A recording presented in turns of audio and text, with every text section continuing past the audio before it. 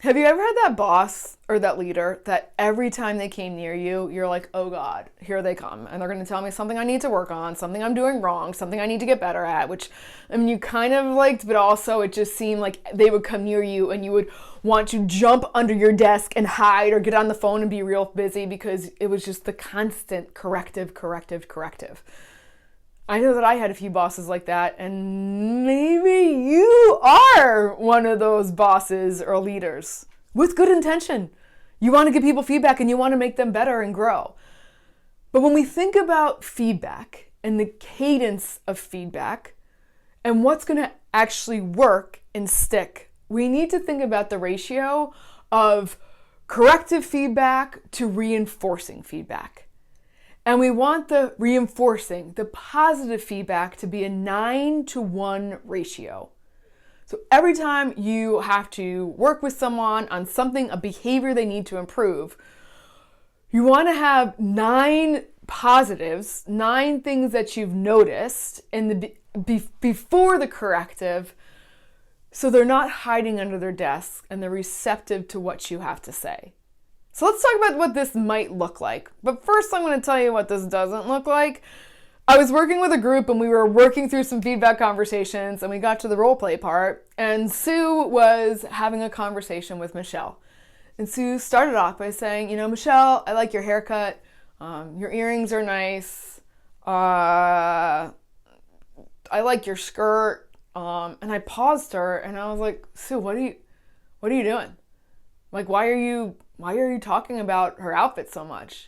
And she said, well, you told me I had to say 9 positives before I told her what I really thought. And I was like, oh, kind of missing the point. Like, kind of, yeah, not all in the same conversation. Because then it seems completely disingenuous and like, what was she going to do? Be like, I like your left shoe, I like your right shoe. Like she was running out of garments of clothing to comment on.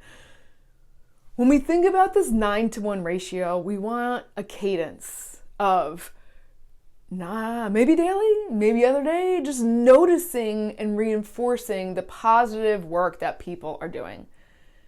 This doesn't have to be a long formal conversation. It could be something like, say you're working with someone on their agendas for their meetings. And after the meeting, you go up and you're like, Joe, the agenda was so tight. You kept everyone on track and we accomplished exactly what we were set out to accomplish. Nice work. I could tell that you put some good effort into it. That was 20 seconds?